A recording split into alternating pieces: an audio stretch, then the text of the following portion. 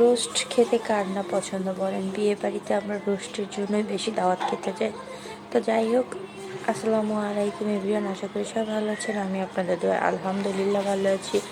আজকে রান্না করব একদম শর্টকাটে রোস্ট রেসিপি। তো চলেন, প্রথমে আমি একটু ব্রেস্তা বানিয়ে নিয়েছি, এরপর দিয়ে দিয়েছি রসুন বাটা, তারপর দিয়ে দিলাম আদা বাটা। তো আমার এই যে কষানিটার ভিতরে পরিমাণ মতো লবণ দিয়ে দিব, আর হচ্ছে গিয়ে এটাকে ভালোভাবে নেড়ে চেড়ে নিতে হবে। কষানিটা যত ভালো হবে সব রান্নায় ততটাই স্বাদ আসে। তো এই যে দেখেন, একটু হালকা মরিচের গুঁড়ো দিয়ে দিয়েছি, একটু ঝাল ঝাল লাগলে ভালোই লাগে, রোস্ট ঝাল মিষ্টি ভাল লাগে।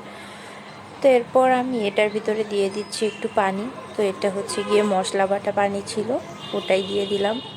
তারপর আমি ব্লেন্ড করে নিয়েছিলাম জিরা, এলাচ আর হচ্ছে গিয়ে বাদাম, এগুলো একসাথে, আর জয়ফল জয়ত্রী এগুলি দিয়ে আমি ব্লেন্ড করে এটাও দিয়ে দিলাম এখানে। এরপর দিয়ে দিচ্ছি ঘরে তৈরি করা টক দই। টক দইটা দেওয়ার পরে এখন এটা একটু নেড়েচেড়ে কষিয়ে নেওয়ার পরে আমি ভাজা চিকেনগুলি এখন এটার ভিতরে দিয়ে দিচ্ছি। তো এরপর বেশি কষাতে হবে না, যেহেতু মাংসগুলো খুবই ভাজা।